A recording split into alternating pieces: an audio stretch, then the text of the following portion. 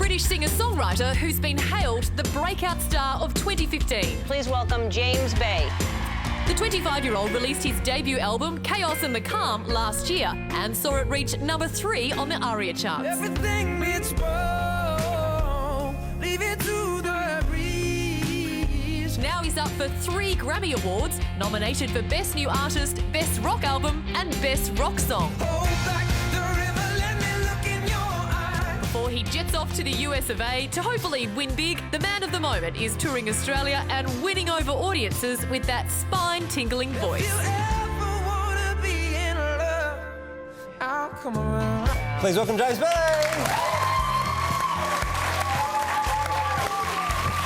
Welcome, mate.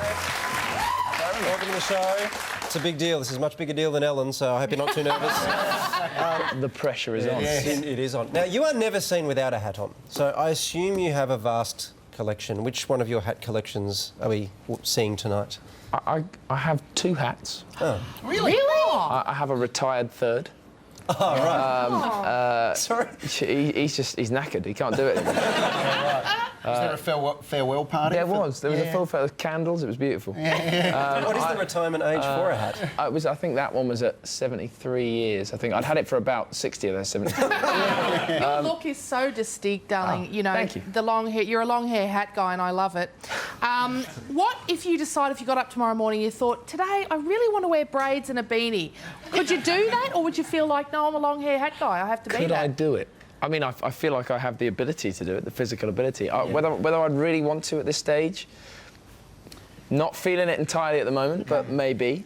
You know. Yeah, I don't suspect we'll see that at the Grammys, where you've got 3 nominations. Congratulations. You've opened my mind. Thank you very much. Thank you. Thank you very much. And you're performing there as well. Is there an added pressure for you performing in front of your peers, in front of other musos? Definitely. It's I can't really think of many occasions where I've been in front of so many successful musicians and, you know, had to sort of stand up and show them what I can do. Yeah.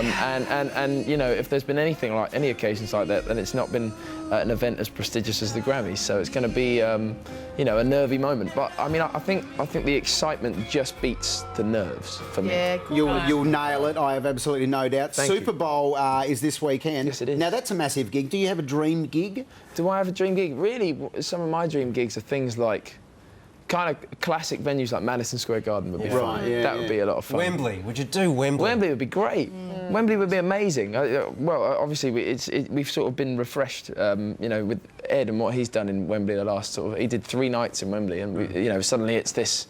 I don't know how many shows they've done in the new Wembley, because that's the new Wembley, and there used to be a sort of classic older one that Queen, but you know, used to rock out and all that. But yeah, man, I'd do Wembley in a heartbeat. You've done some massive gigs, though, on your own, of course, and you've also supported Taylor Swift in Europe. She's a huge fan of yours. How did you guys meet? How did we meet? I was opening up for Hosier and we were in. It was the start of his US tour, and he invited me along to be the opening act. And we were in Nashville, in one of the smaller venues on the tour.